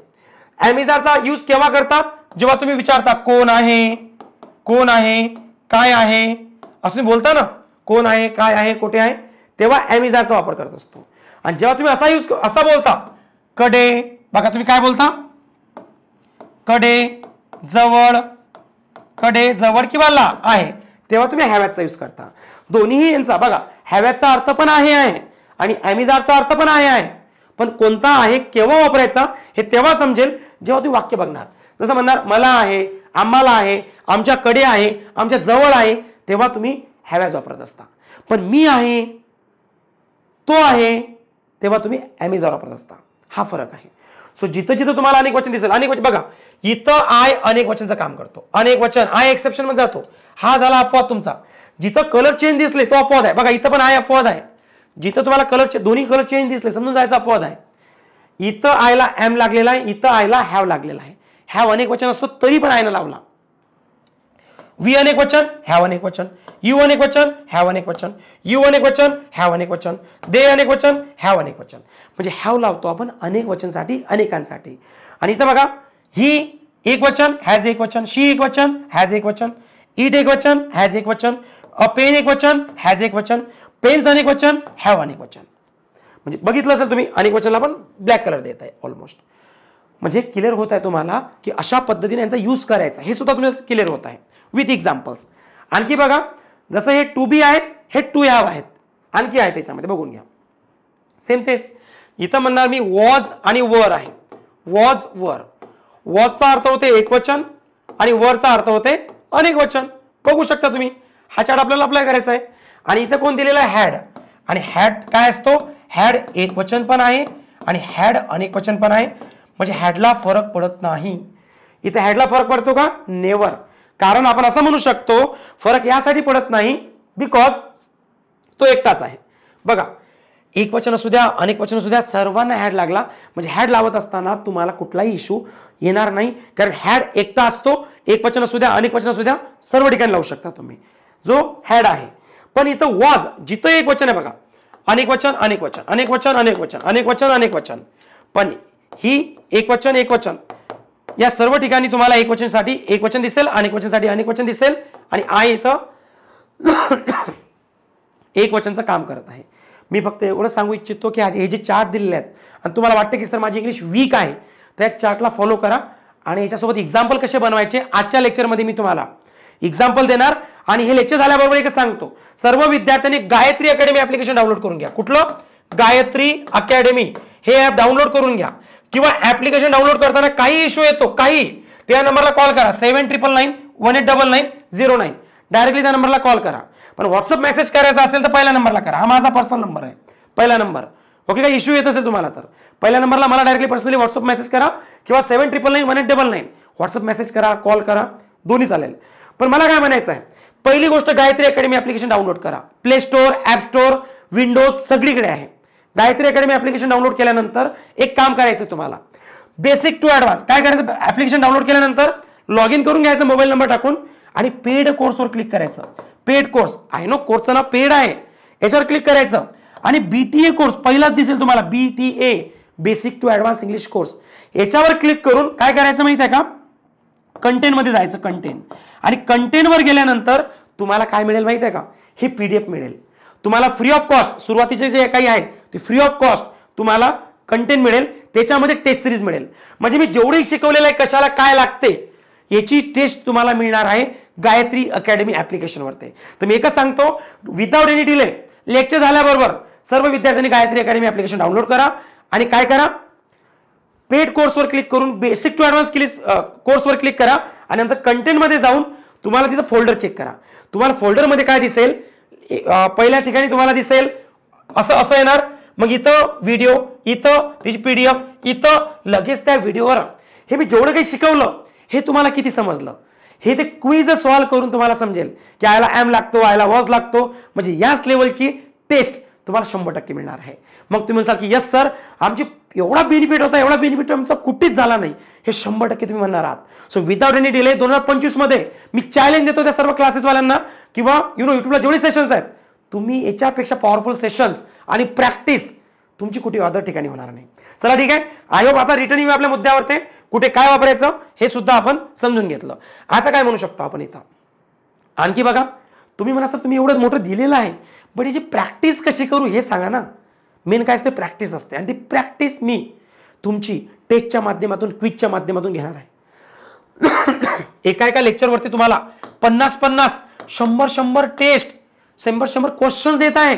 म्हणजे एक लेक्चर झालं त्याच्यावर 50 ते 100 टेस्ट आणि काय म्हणू शकतो क्वेश्चन्स. म्हणजे मला सांगा, जर या लेक्चरवर जर तुम्ही 50 ते 100 क्वेश्चन सॉल्व्ह केले, किती प्रॅक्टिस होईल तुमची. म्हणजे एक्स्ट्रा तुम्हाला घरी अभ्यास करण्याची गरज पडत नाही आणि तुम्हाला इंटरेस्ट येतो जेव्हा तुम्ही एक प्रश्न सोडवताना खाली 4 ऑप्शन्स असतात, तुम्हाला सवय लागते एक्झामचे क्वेश्चनचे आन्सर देण्याची आणि तुमची 100% प्रॅक्टिस होते आणि त्या लेवलची प्रॅक्टिस मला करून घ्यायची तुमच्याकडून. चला ठीक आहे, बघा या मुद्द्यावर या. आता इथं थोडा इश्यू आहे तो रिप्लेस करून घेऊया. हा इश्यू रिप्लेस करणार आहे तो म्हणजे कसा बघा, इथं दिलेला आहे shall be will B, shall be will बी, म्हणजे स्पोकन इंग्लिशच्या माध्यमातून सर्वांना विल बी लागत असते. जर ॲज अ स्पोकन इंग्लिश बघितलं आपण नाही तर इथे काय आहे, शॅल हॅव विल हॅव आहे. Shall have oblique will have असं म्हणू शकतो आपण. आता पुढे जर जायचं म्हटलं आपण इथं आणि इथं काय लावायचा, जिथं तुम्हाला विल दिसतो हा विल कट करा, म्हणजे कुठे आय आणि वी ठिकाणी. इथं फक्त काय यूज करायचं, दोन्ही ठिकाणी तुम्हाला, या दोन्ही ठिकाणी तुम्हाला यूज करायचा शाल, शाल आणि इथं सुद्धा काय लावायचा शाल. सेम इथं तेच करायचं, इथे यूज करायचं तुम्हाला शाल आणि इथे सुद्धा काय यूज होणार शाल. आता शाल कुठे लागतो आणि विल कुठे लागतो विद्यार्थ्यांना खूप मोठा इश्यू येतो, बट अगोदर बेसिक समजून घेऊ. याचं जे काही ऍडव्हान्स आहे हे आपण ऍडव्हान्स लेक्चरमध्ये शिकूया. आय आणि वी या दोघांनाच काय लावायचा असतो, शाल लावायचा असतो आणि बाकी सर्वांना विल लावायचं. संपलं, एवढं इझी आहे. हां, तुम्ही म्हणा सर आम्ही तर बघितलं कुठे कुठे आयला सुद्धा विल लागलेला असतो, मग ते काय कंडिशन्स आहेत त्या कंडिशन शिकणार आहे ऍडव्हान्स लेक्चरमध्ये. बिकॉज इथं सर्व सांगितलं तर काही विद्यार्थ्यांच्या डोक्यावरून जाणार ना. माझं काम आहे स्टेप बाय स्टेप शिकवणं. असं नाही की पहिल्या लेक्चरमध्ये सर्व काही समजून गेलं, नो. त्यानुसार काय होणार, मग जे हुशार आहेत त्यांना समजणार, पण ज्यांचे झिरो आहे त्याच्या डोक्यावरून जाणार ना. माझा उद्देश आहे की प्रत्येक विद्यार्थ्याला झिरोवाला आला पाहिजे. झिरोला येते म्हणजे त्या हिरोला, म्हणजे जो ऍडव्हान्सवाला आहे त्याला नक्कीच येतो असं म्हणू शकतो आपण. ॲज यू कॅन सी बघू शकता की आय आणि वी शाल आणि बाकी सर्वांना विल. पण विल हॅव आणि शॅल हॅवचा वापर केव्हा करायचा आणि शाल बिन विल बीचा यूज केव्हा करायचा, कोण असेल काय असेल तेव्हा विल बी, कोणाकडे असेल कोणाला असेल कोणाजवळ असेल म्हणजे शाल हॅव विल हॅव. चला मग एवढा झालेला आहे. मला फक्त एवढंच म्हणायचं होतं की एक चार्ट तुम्ही समजून घ्यायचा आहे.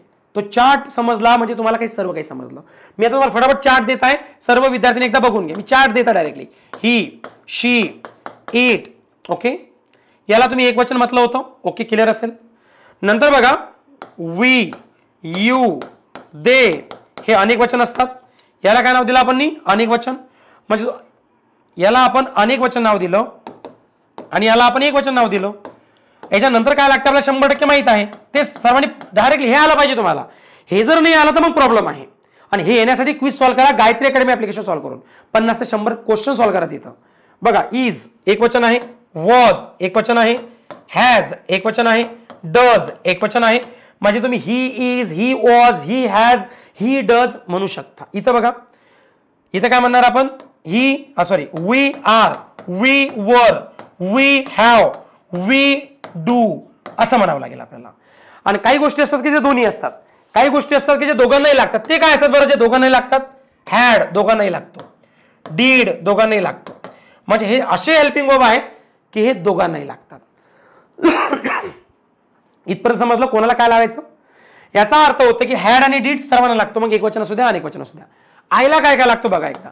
आयला काय काय लागू शकतो. आयला am, I have, I was, I do, त्याच्यानंतर I was, I do, I have, I am, I had, I did, हे एवढं लागतात. आणि जो फ्युचरवाला एक्सेप्शन सांगितला, आय आणि वी ला फक्त काय लावायचा, शल लावायचा, आणि बाकी ऑल ला काय लावायचा, विल लावायचा, संपलं. एवढं आलं पाहिजे तुम्हाला. म्हणजे आजचं लेक्चर एवढं पॉवरफुल यासाठी तुमच्यासाठी, बिकॉज आपलं काम आहे की आपल्याला हे सर्व क्वेश्चन झिरो पण सॉल्व्ह करता आले पाहिजे. चला, आय होप तुम्ही फॉलो कराल. आणि तुम्ही माझा जर याची प्रॅक्टिस करण्यासाठी काही इंटरेस्टिंग भाग सांगा ना, त्यासाठी Gayatri academy play store, app store, Windows जे काही असेल तिकडून डाउनलोड करून घ्या. आणि डाउनलोड केल्यानंतर तुम्ही पेड कोर्सवर जाऊन पेड कोर्सवर क्लिक केल्यानंतर कंटेंटवर क्लिक करा. तुम्हाला फ्री ऑफ कॉस्ट सुरुवातीचे जे काही सेशन्स येतील, व्हिडिओ, त्याची PDF आणि बाजूला त्याची टेस्ट असेल, जेणेकरून तुम्ही प्रॅक्टिस करू शकाल. तरी वाटेल सर मला काही इश्यू येत आहे, मी नंबर सांगितलेला आहे, तिथं कॉल मेसेज करू शकता तुम्ही. चला बघूया आता मेन वर्ब, सर्वात महत्त्वाचा भाग. मी एक सांगू शकतो, याच्यापेक्षा महत्त्वाचं काहीच नाही. जो म्हणतो ना सर मला इंग्लिशमध्ये मास्टर व्हायचं, काही ट्रिक सांगा, सुरुवात कुठून करू, मला इंग्लिशमध्ये मास्टर की करायची, मला इंग्लिशमध्ये आउट ऑफ स्कोर करायचा आहे. सर्वात महत्त्वाचं इंग्लिशमध्ये काय असते, सर्वात महत्त्वाचं इंग्लिशमध्ये असते मेन वर्ब. नावामध्येच आहे मेन, याच्या नावामध्येच आहे मेन. मेन वर्ब म्हणजे आपण ज्याला म्हणतो की the action which we do in our daily life, that is called action verb. पण तसं नाही आहे. याची डेफिनेशन असते, पुस्तकामध्ये म्हणतात की क्रियापद, जे क्रिया करतात, ज्या ॲक्शन होतात त्यांना आपण मेन वर्ब म्हणतो, मुख्य क्रियापद म्हणतो नाही. याला कट करा. ज्या तुम्ही ॲक्शन करता त्यांना मेन वर्ब म्हणतात, ज्या तुम्ही ॲक्शन करत नाही त्यांना पण मेन वर्ब म्हणतात. मी एकच सांगतो तुम्हाला, जे पुस्तकं बनलेले आहेत, आता तुम्ही मॉडर्न इंग्लिश शिकत आहात, तुम्ही 2025 मध्ये आहात. तुम्हाला माहित असेल की सुरुवातीला तुम्ही किती काही इंग्लिश शिकायचे, पण खूप सारे इंग्लिश चुकीची सुद्धा शिकवल्या जायची. आता एवढं इम्प्रूव्हमेंट झालेलं आहे, ते तुम्हाला समजून घेण्याची गरज आहे की मेन वर्ब म्हणजे फक्त आणि फक्त ॲक्शन नसते. जी ॲक्शन तुम्ही करत नाही ती सुद्धा मेन वर्ब असते. मग तुम्ही म्हणा सर इझी सांगा ना, इझी भाषामध्ये. हा मेन वर्ब काय असतो, मेन वर्ब म्हणजे जे ॲक्शन आपण करतो त्या तर असतातच. The action which we do in our daily life, that is also called action verb, main verb. पण आणखी सुद्धा काही मेन वर्ब असतात. मी डेफिनेशन सांगतो इझिली. ज्या आपल्या ॲक्शन्स असतात त्या मेन वर्ब असतात. पण ज्या आपण ॲक्शन करत नाही पण वाक्याला एक थोडी मदत करतात की आपण कोण आहे काय आहे सांगण्यासाठी, त्या सुद्धा ॲक्शन वर्ब, मेन वर्ब असतात. तुम्ही मला असं नाही समजलं, प्रॅक्टिकल समजून घेऊ. चला, यांचं काम असते वाक्यातली ॲक्शन समजणे. बघा, वाक्याची दोन गोष्टी समजून घ्या. वाक्यातली जी पण काही ॲक्शन होते ते सांगणे म्हणजे ॲक्शन वर्ब. आणि वाक्यामध्ये आपण म्हणतो ना कोण आहे किंवा काय आहे हे सुद्धा सांगण्याचं काम जो शब्द करतो त्याला सुद्धा मेन वर्ब म्हणतात. एक्झाम्पल सांगतो कसं. तर चला इथं या. मुख्यतः मेन वर्ब जर बघितले तर त्याचे 5 फॉर्म असतात. जर तुम्हाला हे फॉर्म ओळखता आले नाही तर मी सांगतो, अपेक्षा करू नका की तुम्ही इंग्लिशमध्ये मास्टर होणार, कारण हा टॉपिक खूप महत्त्वाचा आहे. खूपच महत्त्वाचा टॉपिक आहे. याच्याशिवाय तुम्हाला इंग्लिशमध्ये मास्टर की करता येणार नाही आणि इंग्लिशमध्ये पैकीच्या पैकी स्कोर करता येणार नाही. एवढा महत्त्वाचा टॉपिक आहे. मेन वर्बच्या 2 गोष्टी असतात. मेन वर्ब म्हणजे आपली ॲक्शन, किंवा मेन वर्ब म्हणजे आपण जेव्हा म्हणतो कोण आहे, काय आहे, कसा आहे, खूप साऱ्या गोष्टी आहेत आपण म्हणतो, ते सुद्धा मेन वर्ब असतात. बघा, V1 कसा ओळखायचा, V2 कसा ओळखायचा, V3 कसा ओळखायचा, V5 कसा ओळखायचा, V4 कसा ओळखायचा, हे मी जे टेक्निक सांगतो. पण त्याच्या अगोदर समजून घ्या, या मेन वर्बचे 2 फॉर्म असतात. एका पहिल्या फॉर्मला म्हणतात रेग्युलर वर्ब. फॉर्म नाही म्हणणार मी, प्रकार म्हणणार. त्याचा मेन वर्बचा जो पहिला प्रकार असतो दॅट इज रेग्युलर, आणि जो दुसरा प्रकार असतो इरेग्युलर. हा काय प्रकार आहे? रेग्युलर किती असतात? असंख्य असतात.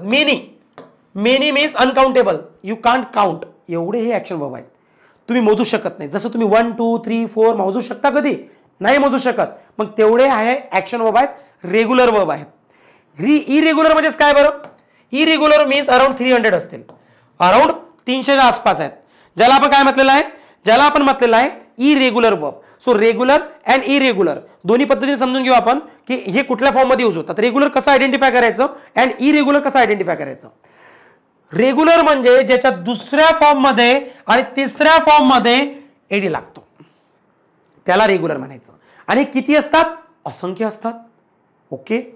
इरेग्युलर म्हणजेच काय? इरेग्युलर म्हणजे ज्याच्या दुसऱ्या फॉर्म मध्ये आणि तिसऱ्या फॉर्म मध्ये काय लागणार हे आपण सांगू शकत नाही, ते नेहमी बदलत राहतात, त्यांना इरेग्युलर वर्ब म्हणतात. मग तुम्ही म्हणा सर हे रेग्युलर वर्ब तर सोपे झाले मग आपल्यासाठी. यस, रेग्युलर वर्ब जरी असंख्य असले पण ओळखण्यासाठी सोपे झाले, कारण इथं V2 आणि V3 सारखा आहे आणि एडी लागतो. 100%. इथं 100% काहीच लागत नाही. इथं 100% ईडी लागतो. इथं 100% ईडी लागतो. इथं 100% आयएनजी लागतो. इथं 100% SES IS म्हणजे शेवटी एस लागतो. म्हणजे रेग्युलर वर्ब मध्ये तुम्ही 100% सांगू शकता की तुम्ही कसं ओळखायचं की हा V1 आहे, V2 आहे, V3 आहे, V4 आहे, V5 आहे.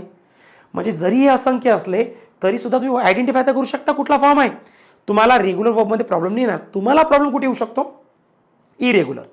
हा, तुम्ही हे 100% V1 आहे, V1 मध्ये काहीच लागत नाही. V4 100% ओळखू शकता कारण त्याच्यात आयएनजी लागतो. V5 100% ओळखू शकता कारण त्याच्यात शेवटी एस लागतो. पण तुम्हाला फक्त प्रॉब्लेम कुठे फेस करावा लागतो? या दोन फॉर्म मध्ये, V2 आणि V3 मध्ये. कारण त्याच्यामध्ये कधी टी लागतो, कधी काय लागतो सांगू शकत नाही. कधी टी लागतो, कधी EN लागतो, कधी काय लागणार सांगू शकत नाही. म्हणून त्याला म्हणतात इरेग्युलर वर्ब. मग तुम्ही म्हणा सर हे कसं आयडेंटिफाय करायचं? त्यासाठी हे 300 ऍक्शन वर्ब जे आहेत मी पीडीएफच्या माध्यमातून देणार आहे. बस त्याच्यावर तुम्ही 2-3 वेळा नजर फिरून घ्या. पाठांतर करण्याची गरज नाही, करायची असेल तर करा, पण करण्याची गरज नाही. 4-5 वेळा बस बघून घ्यायचे. ओके, हे इरेग्युलर आहेत, याचा दुसरा आणि तिसरा फॉर्म असा असतो का? ओके, बस एवढं करायचं आहे. इथं काही करण्याची गरज नाही. असंख्य जरी असले तर माहिती आहे आपल्याला. समजलं? मग पहिला फॉर्म कसा ओळखायचा? पहिला फॉर्म म्हणजे ज्याच्यात काही लागत नाही. दुसऱ्या फॉर्म मध्ये ईडी लागतो. तिसऱ्या फॉर्म मध्ये ईडी लागतो. चौथ्या फॉर्म मध्ये आयएनजी लागतो. पाचव्या फॉर्म मध्ये शेवटी एस लागतो. जर रेग्युलर असेल तर. आणि इरेग्युलर असेल तर सेम आहे, फक्त दुसऱ्या आणि तिसऱ्यामध्ये काय लागेल सांगू शकत नाही. असं आयडेंटिफाय करतात. तिची मराठी दिलेली आहे. तुम्हाला जर आणखी Marathi to English, English to Marathi proper करायची असेल तर चला याची एक्झाम्पलच्या माध्यमातून समजून घेऊ, जेणेकरून आपली प्रॅक्टिस होणार आहे. बघा, रेग्युलर वर्ब तुमच्या समोर आहेत. ॲज यू कॅन सी, बघू शकता तुम्ही. हे सर्व रेग्युलर वर्ब आहेत.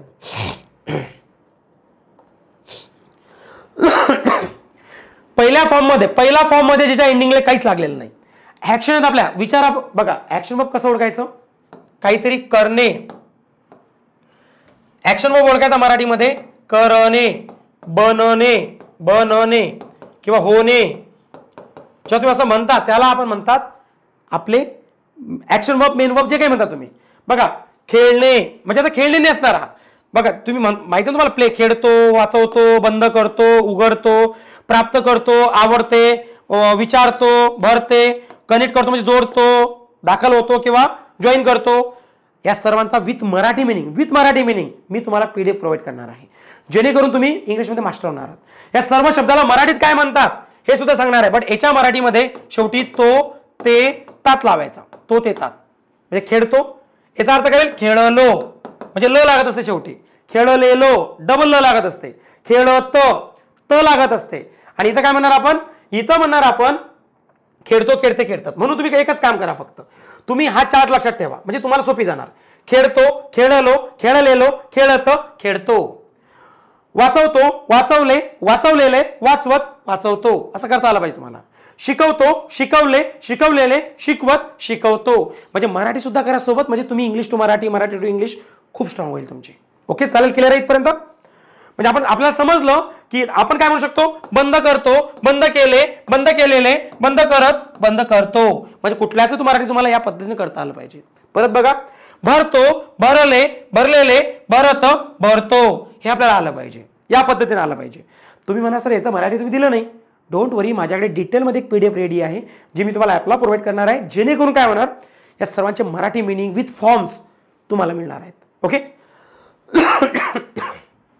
समजला आता आम्हाला?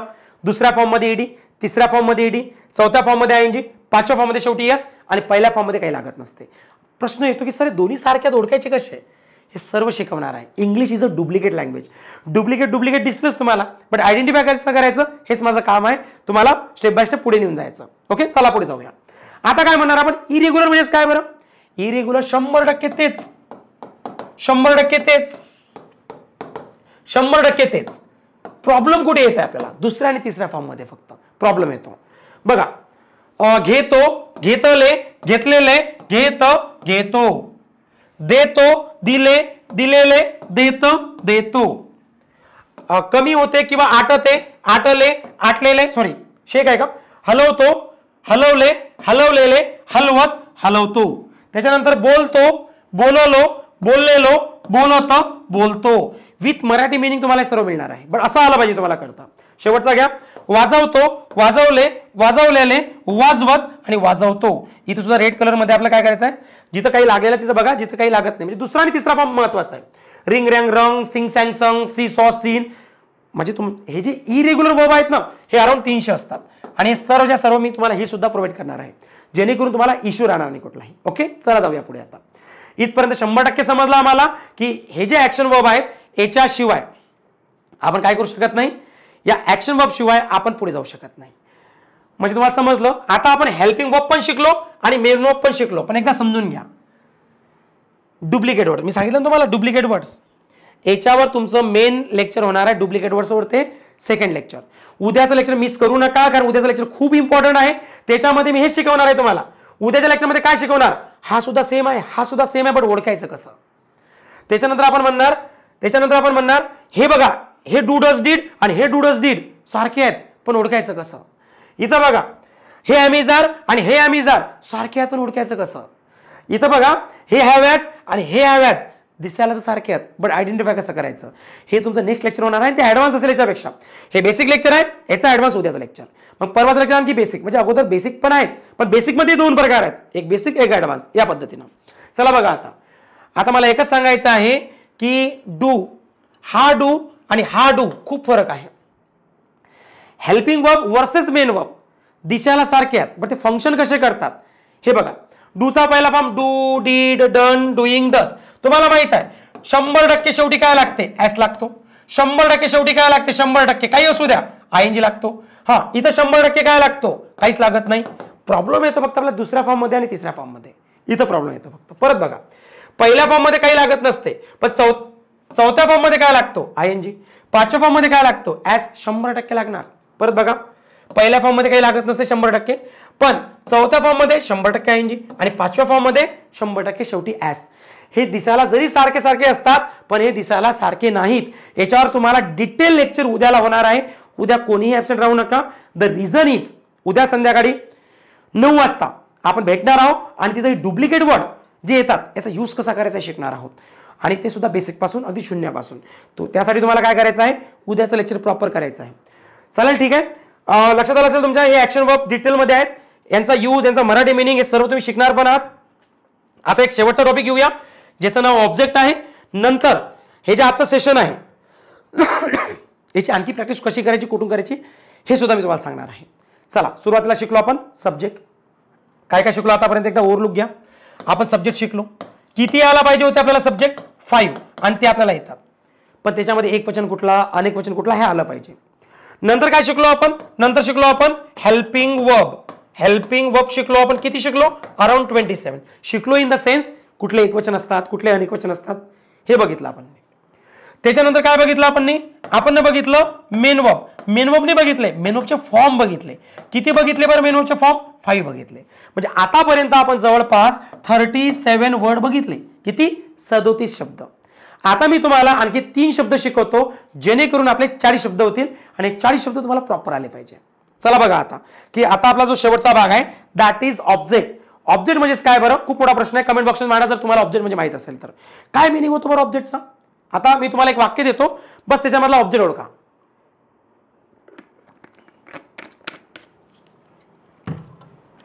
सेंटेन्स आहे,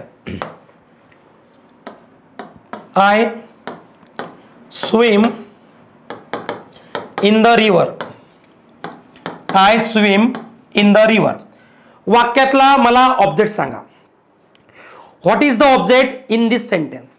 या सेंटेन्स मध्ये ऑब्जेक्ट नेमका कुठे आहे हे तुम्ही मला सांगायचं आहे. आता बघा, ऑब्जेक्ट आय आहे का, स्विम आहे का, इन द आहे का, किंवा रिव्हर आहे का. काही विद्यार्थी आय पण म्हणू शकतात, काही स्विम म्हणू शकतात, काही इन द म्हणू शकतात, काही रिव्हर म्हणू शकतात. पण एकच सांगतो, नो ऑब्जेक्ट. या वाक्यात कुठेही ऑब्जेक्ट नाही.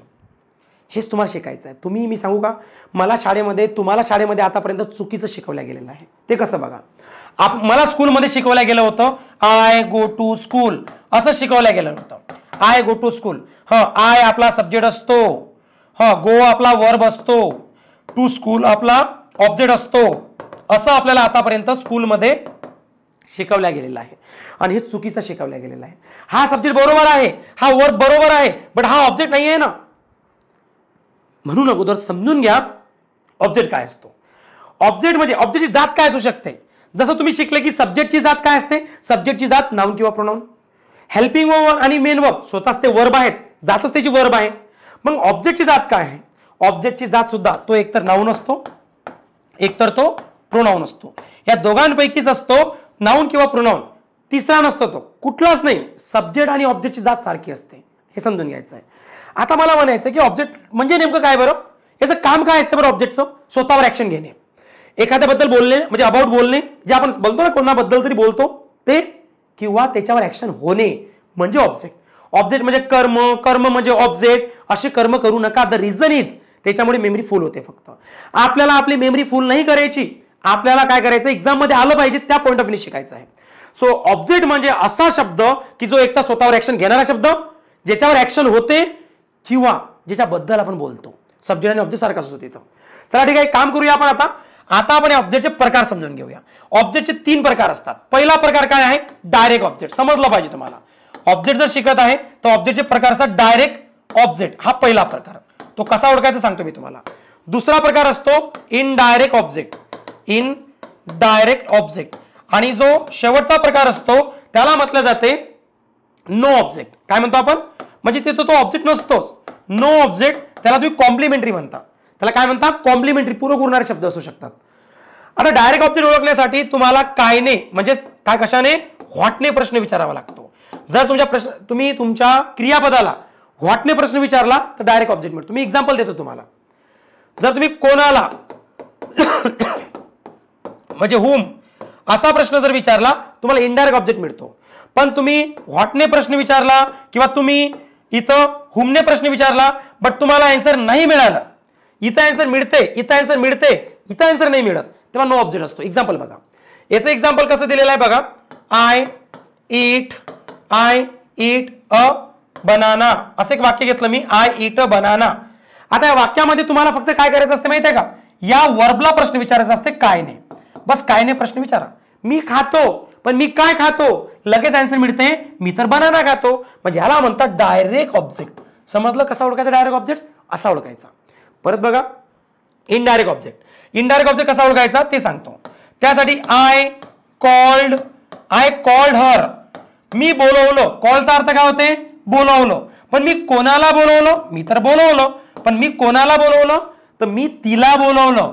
मग तिला कोण झाला, इनडायरेक्ट ऑब्जेक्ट. ह्याला म्हटलं जाते इनडायरेक्ट ऑब्जेक्ट. आता दुसरं वाक्य बघा, नो ऑब्जेक्ट केव्हा बनते. नो ऑब्जेक्ट म्हणजे आय गो टू स्कूल. आता तुम्ही प्रश्न विचारा बरं या वर्बला. गो आपला वर्ब आहे, याला तुम्ही काय नाही प्रश्न विचारा, उत्तर मिळते का. याला तुम्ही कोणाला प्रश्न विचारा, उत्तर मिळते का. बघूया आपण. मी तर जातो, मी काय जातो, स्कूल हे आन्सर मिळत नाही. मी जातो पण मी कोणाला जातो, स्कूल हे आन्सर मिळत नाही. पण तुम्ही म्हणसाल सर असं विचारा ना, मग मी कुठे जातो, नाही तसं चालत नाही. मग तुम्ही हे 2 शब्द जर सोडले आणि तिसऱ्याने जर प्रश्नाचं उत्तर विचारलं आणि आन्सर जर मिळाला तरी सुद्धा तो ऑब्जेक्ट नसतो. ऑब्जेक्ट तेव्हा असतो जेव्हा दोघांपैकी तुम्ही प्रश्न विचारता. क्लिअर झालं. म्हणून म्हणतो तुम्ही स्पर्धा परीक्षा किंवा तुम्ही ज्या कुठल्या एक्झामची तयारी करत असले, इंग्लिश आता तुम्ही त्या नेक्स्ट लेवलची शिकणार आहे आणि तुम्हाला इंग्लिशमध्ये कधी इश्यू राहणार नाही आहे. कारण मी तुम्हाला अगदी 0 पासून तर त्या ॲडव्हान्स लेवलपर्यंत एवढ्या 0 पासून शिकवणार की एवढं मागे तुम्ही कधी गेले नसाल, आणि एवढ्या पुढे घेऊन जाणार की एवढ्या पुढे सुद्धा तुम्ही कुठल्या पुस्तकामध्ये पाहणार नाही. म्हणजे माझा कंप्लीट उद्देश असेल की 0 पासून पैकीच्या पैकी स्कोर तुमचा इंग्लिशमधला कसा येणार, हे माझं काम असेल. सो आय होप तुम्हाला समजलं असेल. आता मी एकच सांगेल तुम्हाला, काय पाहिजे मला तुमच्याकडून हवं आहे काय, सब्जेक्ट. परत रिटर्न येतो मी, एकदा रिटर्न येतो. मला तुमच्याकडून ह्या गोष्टी पाहिजे. हे जर तुम्ही करत नसाल तर तुमची गॅरंटी मी घेऊ शकत नाही. 5 सब्जेक्ट तुम्ही करायचे, 27 हेल्पिंग वर्ब तुम्हाला करायचे आजच्या लेक्चर बघून. नंतर मेन वर्बचे फॉर्म किती आले पाहिजे, मेन वर्बचे फॉर्म 5 आणि ऑब्जेक्ट किती आले पाहिजे 3. असे टोटल 40 शब्द मला तुमच्याकडून पाहिजे. So promise me two means sir yes sir, I promise you I can learn this 40 words with their meanings. आणि त्याचा यूज कसा करतात असं मला फक्त एवढं नक्कीच प्रॉमिस करा. आजच्या लेक्चरच्या कमेंटच्या खाली आणखी एक कमेंट नक्कीच तुम्ही पिन करा किंवा लिहा, टाईप करा की सर आय प्रॉमिस, की मी तुम्हाला गॅरंटी देतो की 40 शब्द मला झोपीत जरी विचारले त्यांचा यूज मी तुम्हाला सांगू शकतो.